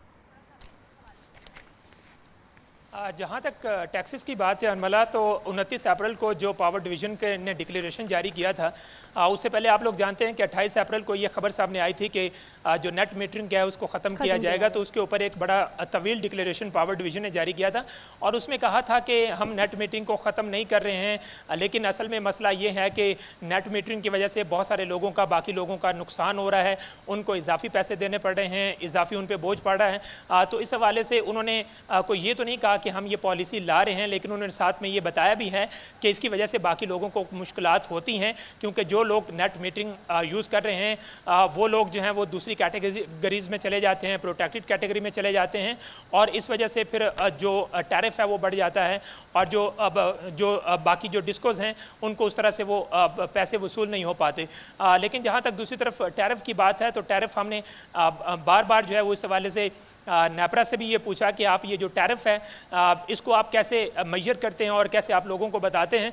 तो वो बड़ा एक पेचीदा अमल है। वो कहते हैं कि कभी जो LNG की कॉस्ट बढ़ जाती है तो उसकी वजह से टैरिफ में फ़र्क आ जाता है, कभी जो हम मकामी गैस यूज़ करते हैं उसकी वजह से भी टैरिफ जो है वो बढ़ जाता है। तो ये कोई 12 से 14 चीज़ें हैं। जिस तरह आप देखते हैं कि एक बिल जो आपके घर में आता है उसमें 12 से 14 आपको मुख्तलिफ टैक्सेस मिलते हैं, और इसी तरह ही टैरिफ का भी यही हिसाब होता है कि अगर किसी एक चीज़ की भी जो कॉस्ट बढ़ गई, फॉर एग्जाम्पल अगर हम LNG इंपोर्ट करते हैं बाहर से और उस वक्त डॉलर के जो रेट है वो ज़्यादा हो गया है, तो सिर्फ LNG का जो रेट है वो बढ़ने से आपका टैरिफ जो है वो बढ़ जाएगा। इसी तरह अगर किसी और चीज़ की कीमत बढ़ गई, फॉर एग्जांपल अगर कोयले की कीमत बढ़ गई, तो उस सूरत में भी आपका जो है वो टैरिफ बढ़ जाता है। तो ये मुख्तलिफ सिचुएशंस होती हैं जिस लेकिन अभी तक मुर्तज़ा इसका मतलब ये है कि अभी तक किसी को ये प्रोसेस समझ नहीं आया कि जो टैरिफ खरीदने का अमल है हुकूमत इसको किस तरह से परचेज करती है, क्या इसका क्राइटेरिया। डॉक्टर साहब ने भी खुद भी मेंशन किया, डॉक्टर साहब आप भी बात कर रहे थे कि आपने हुकूमत के लिए प्लान किया, दो कि जैसे मुर्तज़ा भी कह रहे हैं कि वो बड़ा कॉम्प्लिकेटेड सा एक अमल है। तो आपकी इन्फॉर्मेशन अगर आप हमें बता सकें कि जब आपने ये सारी चीज़ डिज़ाइन की थी स्टेट के लिए, तो क्या प्राइस थी और किस तरह से इसको क्या कैलकुलेट किया जाता था इस टैरिफ को? देखें, कोई कॉम्प्लिकेटेड नहीं है। मैं आपको अब मैकेनिज्म समझाता हूँ। जी, इसमें हुआ क्या है, पाकिस्तान का एनर्जी सेक्टर का बेड़ा गर्क क्यों हुआ है और क्यों ये जो एनर्जी सेक्टर है पाकिस्तान को दिवालिया कर रहा है, बैंकरप्ट कर रहा है और बैंकरप्सी की तरफ ले जा रहा है, जो कि समझ नहीं आ रही है आम लोगों को, और आम लोगों को जो है वो सड़कों पर ला रहा है। देखें, जब आपके पास लोड शेडिंग होती है तो उसका मतलब क्या है कि आपके पास बिजली की कमी है। ठीक है। है। तो जब बिजली की कमी के बजाय बिजली की ज़्यादती है तब क्यों लोड शेडिंग हो रही है, कोई सोचे एक चीज़। अब होता क्या है कि अगर आपने कोई पावर प्लांट लगाना है, आपकी मैंने जैसे बताया 22,000 मेगावाट की रिक्वायरमेंट है मैक्सिमम गर्मियों की और 8,000 सर्दियों की। जब 22,000 रिक्वायरमेंट है तो आपके पास एक प्लानिंग कमीशन है, प्लानिंग कमीशन में एक एनर्जी विंग है। सबसे पहले उसकी ये जिम्मेदारी है कि वो प्लान करे कि इस वक्त 22,000 की रिक्वायरमेंट है, हमारे पास जो है कितने पावर प्लांट लगने चाहिए जिसके लिए हम पाकिस्तानी गवर्नमेंट अप्रूवल दे के लगें। अब प्लानिंग कमीशन फेल हुआ है बिल्कुल ये बताने में, आपने 45,000 लगा दिए, 22,000 की आपकी रिक्वायरमेंट है, ठीक है ना। और ये 22,000 भी क्यों है, 8,000 होती है सर्दियों में, ये 22,000 ये नहीं है क्योंकि इंडस्ट्री आपकी जो है वो इस्तेमाल कर रही है, ये घरों में लोग एयर कंडीशनर चला रहे हैं उसकी वजह से बढ़ जाती है। इंडस्ट्री तो आपकी जो है आपको पता ही है बंद हो रही है, वो तो इस्तेमाल ही नहीं कर सकती। प्लानिंग कमीशन फेल हुआ, उसके बाद PPI भी एक इदारा है, ADB था उसको तो खत्म कर दिया, PPI भी एक इदारा है, प्राइवेट पावर इंफ्रास्ट्रक्चर बोर्ड। यहाँ पर फिजिबिलिटी स्टडीज़ आती हैं पावर प्लांट्स की तरफ से, जो IPPs की तरफ से, वो लोग इसको स्टडी करते हैं। अब उनकी जिम्मेदारी बनती है कि देखें कि मुल्क में आगे रिक्वायरमेंट कितनी होनी है, कितने पावर प्लांट लगने दें। अब उन्होंने इजाज़त दे दी लगने की, ठीक है जी, बगैर सोचे समझे। डॉक्टर साहब मैं आपको इंटरप्ट करूंगा, आप क्विकली इस बात को रैप अप कर दीजिएगा, मुझे ब्रेक लेनी है, आप जरा क्विकली रैप अप देना। ये बड़ी इंपॉर्टेंट बात मैं बता रहा हूं, आपको कोई और नहीं बताएगा। अगर आपके पास टाइम कम है तो मैं छोड़ देता हूं। नहीं आप कंप्लीट कर लें, मैं यही कह रही हूं, आप क्विकली रैप अप कर लें। हाँ नहीं, ये बातें वो है ना जो आपको कोई नहीं बताता, ये मैं जो आपको बहुत ऐसी खास बात बता रहा हूँ। उसके बाद नेपरा आता है। नेपरा जो है उसका काम है जनरेशन लाइसेंस इशू करना और टैरिफ देना। अब नेपरा में जब फिजिबिलिटी स्टडी आती है PPIB से, उनका काम होता है कि वो देखें कि जनरेशन लाइसेंस इशू करना भी चाहिए कि नहीं, रिक्वायरमेंट होगी कि भी नहीं। उन्होंने 45,000 के इशू कर दिए, ठीक है, और भी इससे ज़्यादा किए हुए हैं जो पाइपलाइन में। 45,000 के कर दिए नेपरा ने जनरेशन लाइसेंस इशू, जबकि रिक्वायरमेंट है 22,000 की 22,000 मैक्सिमम। की, ठीक है। उसके बाद एनटीडीसी है, सीपीपी है, ये सारे वो इदारे हैं जो प्लान करना काम है जिनका। इन्होंने क्या प्लानिंग की, और फिर मिनिस्ट्री ऑफ पावर डिवीजन बैठी हुई है, मिनिस्ट्री ऑफ एनर्जी, उन्होंने क्या प्लान किया, आपने 45,000 कैसे लगवा दिए और अभी 22,000 और इसके अलावा लगने हैं जो आप उसके लिए पाइपलाइन में कैसे लगवा दिए, जबकि आपकी रिक्वायरमेंट ही 22,000 मेगावाट की थी। उससे ये हो रहा है कि आपका टैरिफ इतना ऊपर जा रहा है, आपके जो है वो क्योंकि जो कैपेसिटी पेमेंट्स देनी पड़ती हैं, कि आप 22,000 इस्तेमाल कर रहे हैं, आप 45,000 के पैसे दे रहे हैं, तो वो कैपेसिटी पेमेंट्स जो आपके ऊपर आ रही हैं, ये सारा बेड़ा गर्क कर रही हैं। और ये किसी ने प्लान नहीं किया, जिसकी जिम्मेदारी थी उसने सही तरीके से प्लान नहीं किया, इतने सारे लगवा दिए, 22,000 जहां जरूरत थी 45,000 मेगावाट के लगवा दिए, और इससे ज्यादा इशू कर चुके LOI और लग रहे हैं। ठीक है। तो ये है जो आपके मुल्क की एनर्जी सेक्टर के साथ किया गया है, जिससे कि बेड़ा गर्क हो रहा है, इससे टैरिफ बढ़ रहा है, मेजर ये कॉज है। ठीक हो गया, thank you very much doctor साहब, बहुत शुक्रिया आपका भी। मुर्तज़ा आपका भी बहुत शुक्रिया कि आपने अर्ली इन द मॉर्निंग हमें ज्वाइन किया। जनाब, ये हमने कुछ एनालिसिस आपके सामने रखा है कि क्या वजूहात हैं, इस पर हम मजीद भी अपने शो में दोबारा कोशिश करेंगे कि एक सेगमेंट इसके लिए हम ज़रूर करें। ब्रेक लेते हैं, ब्रेक के बाद वापस आते हैं, आप देखते रहिए गुड मॉर्निंग पब्लिक।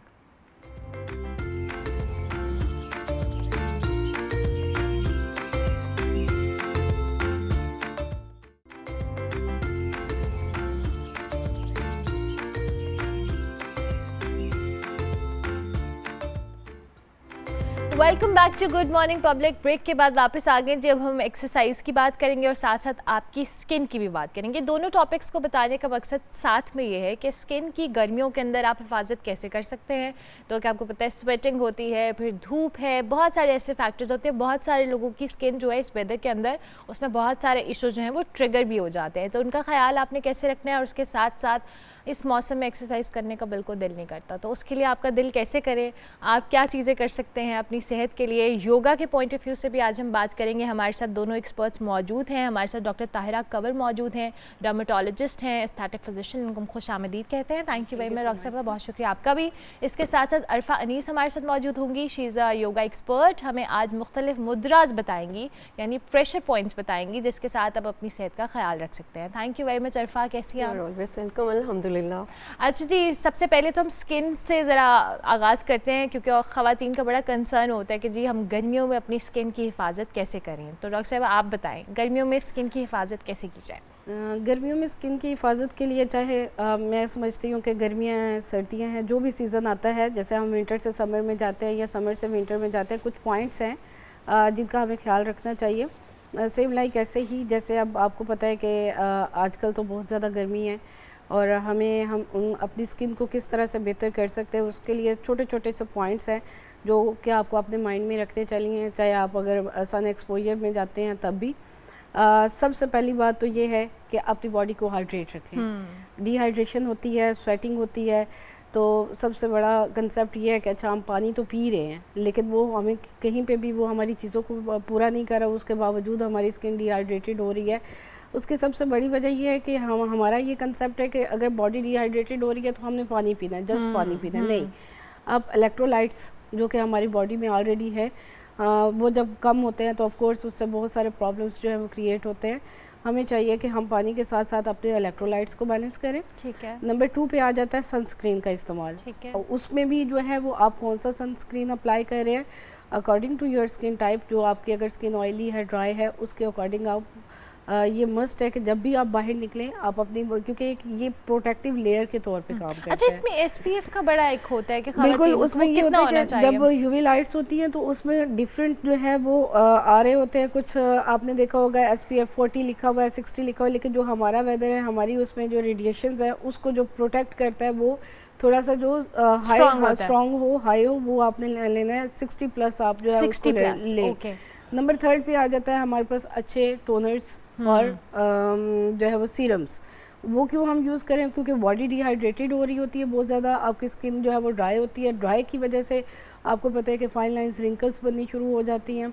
तो उसके बचाव के लिए आप अपनी बैग में, अगर वर्किंग लेडी हैं या कहीं पे भी हैं जाते हैं, तो आपके बैग में आपका अच्छा सनस्क्रीन होना चाहिए, आपका पास अच्छा सीरम होना चाहिए। उसमें जो है वो hyaluronic एसिड का इस्तेमाल करें, क्योंकि वो आपकी स्किन जब बहुत ज़्यादा डिहाइड्रेटेड होती है या स्किन ड्राई होती है तो उसको बचाता है। इसके अलावा नंबर 4 पे अगर आपने पूरा दिन मेक ओवर किया है, आपकी स्किन मेकअप में है, तो रात को सोते हुए क्लेंजिंग होनी चाहिए। क्लींजिंग होनी चाहिए। एक्सफोलिएट करें अपनी स्किन को, लेकिन एक्सफोलिएट भी उन फेस वॉश से करें जो बहुत ज़्यादा आपकी स्किन को ड्राई ना करें। ठीक है, थोड़ा सा आप माइल्ड किस्म का जो है वो सन फेस वॉश लें, उससे आप बड़ा जेंटली और सर्कुलर फर्दर हम आपसे और भी जानेंगे, क्योंकि अब एक्सरसाइज का भी बड़ा ताल्लुक होता है आपकी फ्रेश स्किन से, आपके फ्रेश दिखने से, आपका जो ओवरऑल हेल्थ है। सो योगा एक बड़ा इंपॉर्टेंट चीज़ है अरफा, तो आप योगा के हवाले से भी हमें थोड़ा बताएं कैसे वेदर, इस सख्त वेदर के अंदर इतनी इंटेंस एक्सरसाइज करने की बजाय हम योगा से कैसे हेल्प ले सकते हैं। योगा का सबसे बड़ा फ़ायदा ये है कि हम सुपरफिशियली काम नहीं कर रहे हैं, यानी कि आपने स्किन पे जो भी अप्लाई किया है, अगर वही चीज़ उसको इंटरनली भी मिलेगी तो उससे रिजल्ट्स मिलेंगे।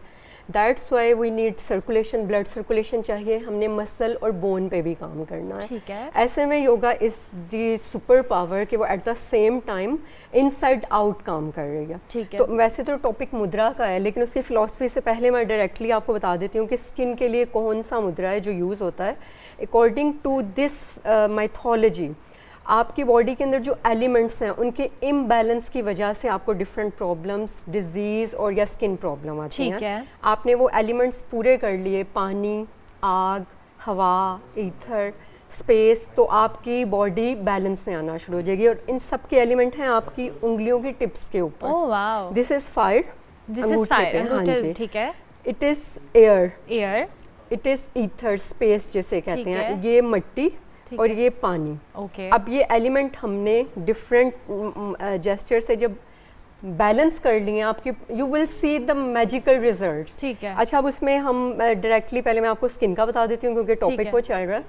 आपने अपनी रिंग फिंगर को सिंपली ऐसे टच करना, like this, okay. Although it is the wonderful मुद्रा, जब हम इसको ऐसे करें तो ये वेट लूज के लिए बन जाता अच्छा, है, यानी कि okay. डिफरेंट उसके जो एंगल हैं वो differently and you are supposed to do it like this. उसके लिए अब ये है कि it is all about energy. ठीक है। वैसे अगर कोई कहे कि भाई ये कैसे पॉसिबल है, लाइक डॉक्टर साहिबा ही कह सकती हैं कि हाउ कैन इट पॉसिबल कि आप ऐसे करिए और आपकी स्किन ग्लो, लेकिन आजमाइश शर्त है। अच्छा, कितना कंसिस्टेंट रहना पड़ता है? अब एक दिन बाद तो नहीं हम एक्सपेक्ट कर सकते कि इसका रिजल्ट आ जाए, one has to be consistent, तो इसका टाइम ड्यूरेशन कोई होता है? बिल्कुल होता है। अगर आप एक क्लियर ट्रांसफॉर्मेशन देखना चाहते हैं हाँ, थ्रू कि योगा, पता लगे। पता लगे, हाँ। वो फिर आपको नहीं, दूसरे आपको फीडबैक देते हाँ। हैं कि भाई क्या बात है, कुछ तो कर कुछ रहे तो हो। किया है, हाँ। It needs 40 days. 40 days? 40 days आपको Not bad. अपनी हैबिट भी स्टेबल करने में लगते हैं, बिल्कुल। आपको कंसिस्टेंट होने में भी लगते हैं, और क्लियर रिजल्ट्स जो वैसे 15 दिन के बाद भी नजर आना शुरू हो जाते हैं। और ये कितनी लेकिन देर करना होता है कि ये आप मिनिमम, इसका टाइम है 3 मिनट्स, अच्छा, मैक्सिमम टाइम है 15 मिनट्स। अब आप इसको दिन में 3 दफ़ा भी कर सकते हैं,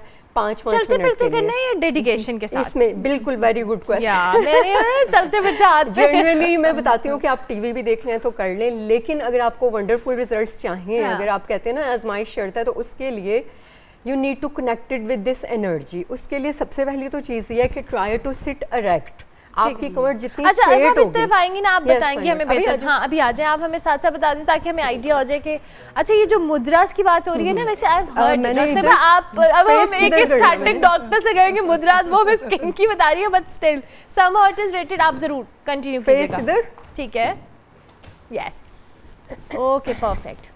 अरफा हमें बेहतर तौर पे एक्सप्लेन कर देंगी कि किस तरह से आपने अपने हाथों के पॉस्चर से, प्रेशर पॉइंट से आप अपनी स्किन, अपना मोटापा, अपने हेल्थ इश्यूज को एड्रेस कर सकते हैं। जी अरफा।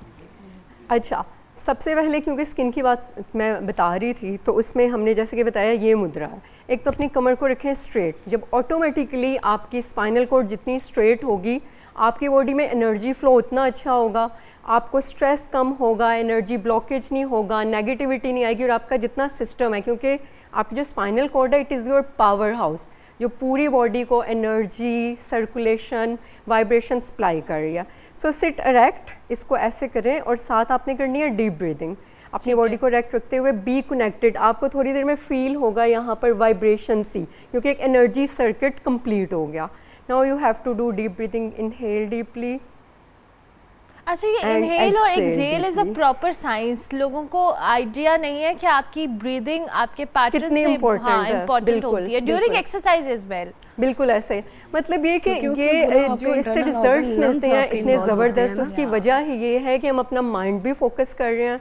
बाकी किसी भी एक्सरसाइज में आप अपने माइंड को यूज़ नहीं कर रहे होते। व्हेन ठीक यू है। Focus your mind on your body, तो मिराकली आपको रिजल्ट्स मिलते हैं। That's तो मैं थोड़ा सा आपको बाकी पोस्चर्स बता देती हूँ, बिल्कुल बेसिक। वैसे तो इतनी लंबी साइंस है कि इस पे इतनी इतनी बड़ी किताबें मौजूद हाँ, हैं, लेकिन हमारे पास टाइम कम बिल्कुल है तो क्विकली थोड़ा थोड़ा एक्सप्लेन करते हैं इरफान। जो ऑडियंस को इजीली समझ लग सके, लाइक जो सबसे पहला मुद्रा है, it is for anxiety, depression, stress relief. वो सिंपली इंडेक्स फिंगर और आपने अपने अंगूठे को मिला के ओ बनाना है और ऐसे रख लेना। When ever you feel stressed या एंजाइटी डिप्रेशन फील हो, यू विल डू इट और साथ डीप ब्रीदिंग करें, जस्ट फील कनेक्टेड। स्ट्रेस और एंजाइटी पे अगर मुझे तो समझ ही ना मैंने करना क्या है। ये तो वाकई वैसे बहुत मुश्किल काम है, आपको वैसे ही पैनिक हो रहे होते हैं आप, लेकिन स्टिल अच्छा, अब इसी उंगली को अगर आप प्रेस कर लेंगे अच्छी तरह तो it is best for your gastric and bloating issues. आपको अगर बदहजमी फील हो रही है, आपको लग रहा है खाना खा लिया, ब्लोटिंग हो गई है या गैस्ट्रिक इशू आ रहा है, सिंपली इसको प्रेस करें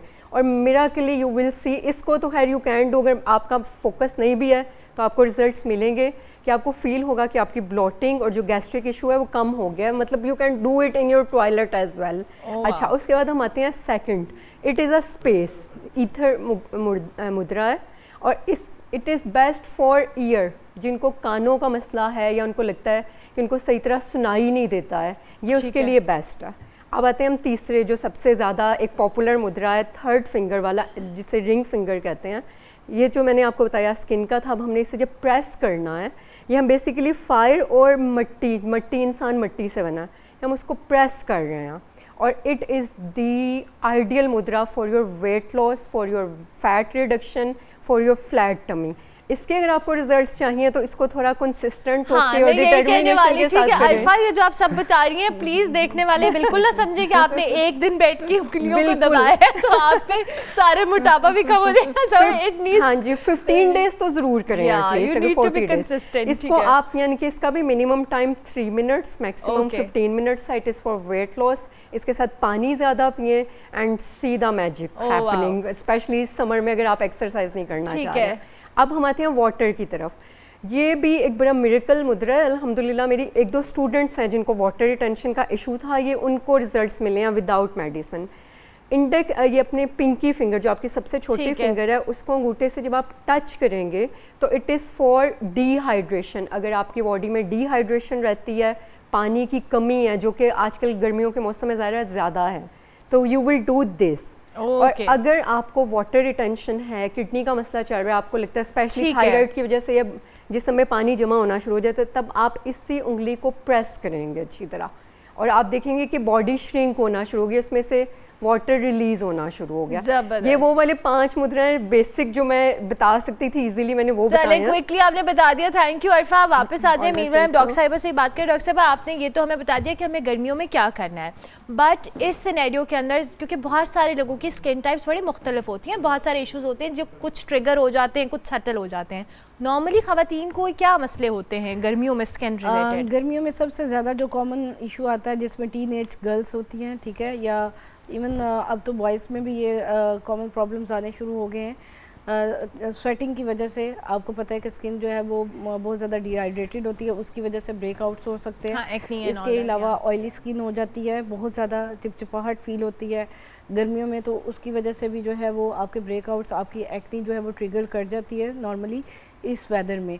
तो उसके लिए जो है फिर हम लोग डिफरेंट जो है वो क्लिनिकली जो है, अगर आप कहें प्रोसीजर्स जो है एस्थेटिक में जो हमारे कॉमन है, उसमें मेडिकेटेड फेशियल्स हम दे देते हैं। इसके अलावा प्रोडक्ट्स में कुछ ऐसी चीज़ें हो जाती हैं जिसमें जो है वो हम सैलिसिलिक एसिड है वो हम देते हैं कि उससे आपके जो है वो 1 to 2 सेशंस आप लें, उसमें आपके ब्रेकआउट्स जो है वो कम हो जाएंगे। लेकिन उसके साथ साथ कुछ इस तरह की चीज़ें हैं, कुछ सीरम्स हैं, रेटिनॉल्स हैं, नाइसिनामाइड्स हैं, जो आप यूज़ करेंगे, जो डॉक्टर की रिकमेंडेशन से आपने उसका नहीं, ओवर द काउंटर आपने नहीं देना। ओवर द काउंटर भी लोग यूज़ करते हैं। और अब जैसे कि आपको पता है सोशल मीडिया का बहुत ज़्यादा ट्रेंड है, तो क्या करते हैं कि लोग जो आ रहे होते हैं उसके ऊपर जो है वो देखते हैं अपनी मर्जी के मुताबिक, हाँ, ये ऑनलाइन ये आ रहा है सीरम, ये आ रहा है, ये हमें यूज़ करना चाहिए। इस तरह से नहीं करना चाहिए। आप अपने कंसल्टेंट के पास जाएँ, अपनी स्किन का चेकअप करवाएं, वो आपको बताएंगे कि आपकी स्किन टाइप कौन सी है, इसके अकॉर्डिंग आप कौन सा फेस वॉश यूज़ कर सकते हैं, कौन सी प्रोडक्ट आप यूज़ कर सकते हैं। और हर उसमें मैं ये ज़रूर बात कहती हूँ कि जब भी आप इवन घर में भी कोई प्रोडक्ट यूज़ करते हैं या होम रेमेडीज़ भी जो है लोग यूज़ करते हैं, उनको नहीं आइडिया होता कि हमारी स्किन टाइप किस तरह की है, तो वो जो है सुनी सुनाई बात पे कि जी इन्होंने लेमन लगा लिया, इन्होंने मिल्क लगाया, इन्होंने हल्दी लगाई, लगा ली, टमाटर मल लिए, बेसन लगा लिया, ये इन चीज़ों से अवॉइड करना चाहिए। और आजकल तो फ्रूट्स की अगर हम बात करें, वाटरमेलन उसमें पानी बहुत ज़्यादा होता है, आप उसको यूज़ कर सकते हैं। जितना नेचर के करीब रहेंगे, जितनी अपनी हेल्दी डाइट बेसिकली डाइट का असर आपकी स्किन पे आता है, आप जो चीज़ खाते हैं वो रिफ्लेक्ट करता है। एब्सोल्युटली, ये बड़ी अच्छी बात किया। Thank you very much doctor साहब, बहुत शुक्रिया। अरफा आपका भी बहुत शुक्रिया जनाब। आज हम आपकी स्किन, आपकी डाइट, इन सब पे बात की है। आपकी हेल्थ रिलेटेड इश्यूज़ हैं कि आप गर्मियों में अपनी स्किन का ख्याल कैसे रख सकते हैं, और साथ साथ कौन से ऐसे मुद्राज हैं जो प्रेशर पॉइंट्स हैं वो लेकिन उसमें कंसिस्टेंट होना है। एक दिन में कुछ नहीं होगा, ना स्किन प्रोडक्ट जादू करेगी, ना एक्सरसाइज जादू करेगी, one has to be very consistent. हमने आपकी मुलाकात अरफा और डॉक्टर ज़ाहिरा से कराई। हम ब्रेक लेंगे, ब्रेक के बाद वापस आएंगे। आप देखते रहिए गुड मॉर्निंग पब्लिक।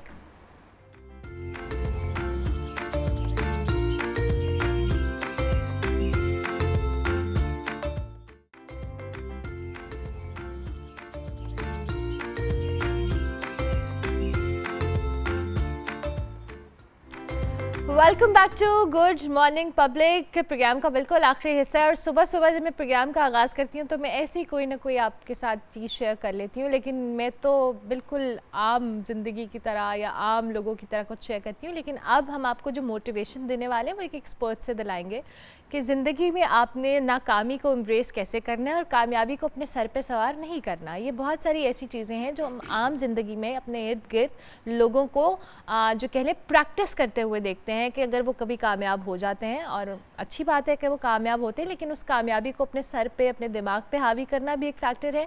और फिर अगर खुदा न खास्ता कभी आपको लाइफ के किसी फेज़ में नाकामी का सामना करना पड़ता है तो हम उसको एक्सेप्ट नहीं कर पाते, हम उसकी वजह से बहुत सारे दीगर चैलेंजेस का शिकार हो जाते हैं। हमारे साथ इस वक्त इमादुद्दीन गिलानी साहब मौजूद हैं, he is a motivational speaker. उनसे हम ज़रा बात करते हैं। Thank you very much Imad, कैसे हैं आप? ठीक ठाक हैं? जी अल्हम्दुलिल्लाह। अच्छा, ये जो नाकामी और कामयाबी है, इसका कॉन्सेप्ट मैं ज़रूर चाहूँगी आप थोड़ा सा एलेबोरेट करें, क्योंकि नॉर्मली लोगों के अंदर कामयाबी भी हैंडल करना बड़ा मुश्किल होता है और नाकामी तो बिल्कुल ही हमसे हैंडल नहीं होती है। सो कैसे मैनेज किया जाए ज़िंदगी में इन चीज़ों को? सबसे पहले तो देखें कि कामयाबी के जब इंसान को कामयाबी से हमकिनार होता है तो उसमें एक एरोगेंस आ जाती है, और एरोगेंस से बचने में हमारा मज़हब भी इसकी जो बेसिक तलकीन करता है। तो जो अल्लाह रब्बुल इज़्ज़त से हमारा जो ताल्लुक़ होता है, अगर उसके दौरान आप पर कामयाबी आएगी या नाकामी आएगी, आप दोनों चीज़ों को हैंडल कर सकते हैं। तो नाकामी के वक्त इंसान को जो कामयाबी की तरफ लेके जाती है वो तीन चीज़ें हैं। जब आप पर नाकामी आई है तो उसमें जो आपकी वीकनेस है उस पर आपने काम करना है। उस पर काम करने के लिए आपको नॉलेज की ज़रूरत है, उसके लिए आपको एक्सपीरियंस की ज़रूरत है। उसके लिए जब आप नॉलेज गेन करते हैं और एक्सपीरियंस को साथ जोड़ते हैं तो उस वीकनेस पे काम करके आप उस नाकामी को कामयाबी में लेकर जाते हैं। तो आप एक डाउनग्रेड इंसान से अपग्रेड बन जाते हैं। अगर उसी दौरान आप कामयाब हो रहे होते, उसी प्रोसेस से गुजर कर हो रहे होते, तो उस कामयाबी का उतना मज़ा नहीं आना था जब वो एक नाकामी से आप बेहतर इंसान बनकर निकले। लेकिन बहुत सारे लोग जो हैं वो एक्सेप्ट ही नहीं करते, उनके लिए फिर वो उससे जो कह लें उनका मोटिवेशन लेवल भी डाउन हो जाता है, वो डिस्करेज हो जाते हैं, और फिर वो उस चीज़ को शायद उस एंथुसियाज्म के साथ इसके बारे में मैं आपको बताता हूँ कि वो डिस्करेज क्यों होते हैं। अब एक छोटा बच्चा है, आप उसकी उम्र चलने की है, आप उसको तलकीन करें तुम भाग कर दिखाओ, तो जब आप उसको भगाने की तरफ लेकर जाएंगे तो एक इंजरी होगी, उस इंजरी से वो फिर चल भी नहीं सकेगा।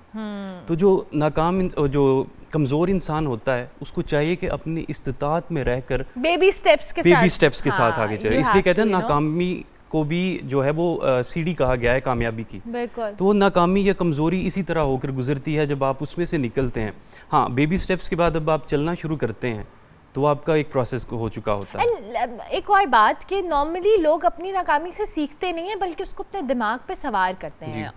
आप अगर ज़िंदगी के किसी फेज़ में किसी चीज़ में आपको वो जो कह लें आउटपुट नहीं मिला, सो आप उससे कैसे पॉजिटिविटी को कह लें अपने अंदर शामिल कर सकते हैं, या कौन सी ऐसी पॉजिटिव फैक्टर्स हैं जो आपको लगता है कि अच्छा ये मैंने सीखने हैं इस चीज़ से? जी, उसके लिए सबसे ज़रूरी ये चीज़ है कि हमारी स्टेट जो है वो एक इस्लामिक स्टेट है। यहाँ पर जो बयान किया जाता है उसको कोशिश करनी चाहिए कि रिलीजियस पॉइंट ऑफ व्यू बयान किया जाए। ठीक है।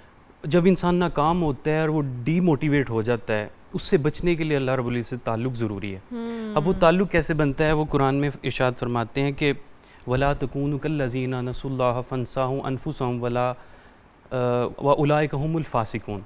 अल्लाह रब्बुल इज़्ज़त फरमाता है कि जब इंसान अपनी ख्वाहिशात के पीछे भागता है, जब अपने आप को देखना शुरू कर देता है, मैं उसको अपनी ज़ात से बेगाना कर देता हूँ। तो जब इंसान अपनी ज़ात से बेगाना होगा फिर दुनियावी ख्वाहिशात के पीछे भागेगा। जब उसकी एक्सपेक्टेशंस हाई होंगी और जब वो नाकामी आएगी तो वो उसको एक्सेप्ट नहीं कर सकेगा। सारा काम ही एक्सेप्टेंस का है। जब आगे एक चीज़ को एक्सेप्ट करते हो आप तभी उस पर काम कर सकते हो। दूसरा काम आपने ये नहीं करना कि अपनी नाकामी पर दूसरों को ब्लेम नहीं करना। जब आपके ऊपर नाकामी आती है कभी ये नहीं कहना कि मैं उस शख्स की वजह से नाकाम नहीं हो सका। आप उसकी शख्सियत के पीछे अपनी नाकामी छुपा रहे हैं। और फिर जब इंसान दूसरे को ब्लेम करता है वो फिर खुद पर काम नहीं करेगा, वो दूसरों को सारी जिंदगी आपने ब्लेम नहीं करना, आप अपने एक्शंस के, अपने रिजल्ट्स के खुद रिस्पॉन्सिबल हैं, कोई इसके लिए रिस्पॉन्सिबल नहीं है। जो आपने अगर कोई एफर्ट की है शायद उसमें कोई कमी रह गई है, कोई उसमें हिकमत है जो शायद आप उसमें कामयाब नहीं हुए। ये रिस्पॉन्सिबिलिटी वाला जो खसूसियात हैं इस पर इकबाल ने कहा कि हो अगर खुद निगरो खुद करो खुद गिर खुदी, ये भी मुमकिन है कि तू मौत से भी मर ना सके। अब खुद निगर कौन इंसान होता है जो अपनी निगरानी खुद करता है। और खुद गर जो होता है जो सेल्फ बिल्डिंग करता है, और खुद गिर वो होता है जो सेल्फ रिलायंट होता है। ये तीन खुसूसियात जब आप में होती हैं तो फिर कामयाबी हो नाकामी हो आप दोनों चीज़ों को हैंडल कर सकते हैं। अच्छा, एक होप का एलिमेंट भी बहुत होता है। कुछ लोग अपनी किसी एक चीज़ को उन्होंने ज़िंदगी में अपने गोल सेट किए होते हैं कि हमने यहाँ पहुँचना है, उसके लिए उनकी हर्डल्स हों, चैलेंजेस हों, और इतने स्ट्रॉन्ग हेड होते हैं कि उन्हें पता होता है कि उन्होंने उसको कैसे टैकल करना है। लेकिन कुछ लोग ये होते हैं जिन्होंने गोल्स तो सेट किए होते हैं लेकिन शायद वो पहली नाकामी या पहली एक जो कह लें हार से या कोई ऐसे चैलेंज से वो घबरा जाते हैं और फिर वो शायद अपने गोल्स को इधर उधर कर लेते हैं, अपने उस विजन को क्लियर नहीं रखते। जी, आपका एक अच्छा गोल के लिए ये ज़रूरी है कि जब तक आपने एक गोल रखा हुआ है उस पर ना पहुँचने पर आपको मायूसी हो सकती है। अगर आपके आगे चैलेंजेस आते हैं आप उनको फेस करते हैं, उनसे सीखते हैं, लेकिन अब अगर आप गोल की तरफ चले भी जाते हैं और उसमें अगर नाकामी है तो वो फिर मायूसी की तरफ लेकर जाएगी। उस मायूसी से बचने का एक ही ज़रिया है, वो मैंने आपको बता दिया कि अल्लाह रब्बुल इज़्ज़त से ताल्लुक़ है। उसके अलावा अगर दुनियावी पॉइंट ऑफ व्यू से अगर आप देखना चाहते हैं तो उसके लिए आपका जो एक्सपीरियंस पीछे गुजरा है ज़िंदगी में, मैंने आपको बताया आगे नाकामी के लिए एक्सपीरियंस, नॉलेज और विजडम भी आपको उससे मिलता है। जब नाकामी आती है आप ये तमाम चीज़ें हासिल कर लेते हैं। तो अगर आप एक मोटिव जो है आपने बनाया हुआ है, जो गोल आपने रखा है, अगर आप उस पर नहीं भी पहुंच रहे, कम से कम आपने ट्राई किया है, उस ट्राई करने में आपने नई चीज़ें सीखी हैं। अगर फिर भी नाकामी आई है, मैं ज़िंदगी में यही हमेशा कहता हूँ हमेशा अपना एक गोल ना रखें। मैंने ज़िंदगी में बहुत सारे काम किए। अगर एक में नाकाम हुआ दूसरा पकड़ लिया, दूसरे में नाकाम हुआ तीसरा ट्राई किया, फिर मैं इस चीज़ की तरफ आया। ठीक है, यानी आपको अपना जो विजन है वो बड़ा डाइवर्स रखना चाहिए। आजकल मोटिवेशनल स्पीकर्स, मैं असल में मोटिवेशन पे बिलीव नहीं करता। मैं इसमें जो है वो क्या उसको कहते हैं उसको, यानी लोगों को आप वैसे इनकरेज या उनको 1-to-1 आप काउंसलिंग में बिलीव करता हूँ। मैं बेसिकली काउंसलिंग में बिलीव करता हूँ, मैं मोटिवेशन में नहीं करता। मोटिवेशन में इंसान अगला जो है ना वो डिस्टर्ब, उसकी पता नहीं टाइमलाइन क्या चल रही है। ठीक है, और सोशल जो क्या उसको कहते हैं 1-to-1 जो कन्वर्सेशन होगी वो काउंसलिंग टाइप आप उसमें बिलीव करते हैं। ठीक है, मुझे प्रोग्राम से क्लोजिंग करनी है। थैंक यू वेरी मच, बहुत शुक्रिया आपका कि हमें ज्वाइन किया जनाब। उम्मीद करते हैं आपको आज का हमारा शो पसंद आया होगा। इंशाल्लाह आपसे हमारी मुलाकात होगी अब कल, तब तक के लिए अल्लाह हाफ़िज़।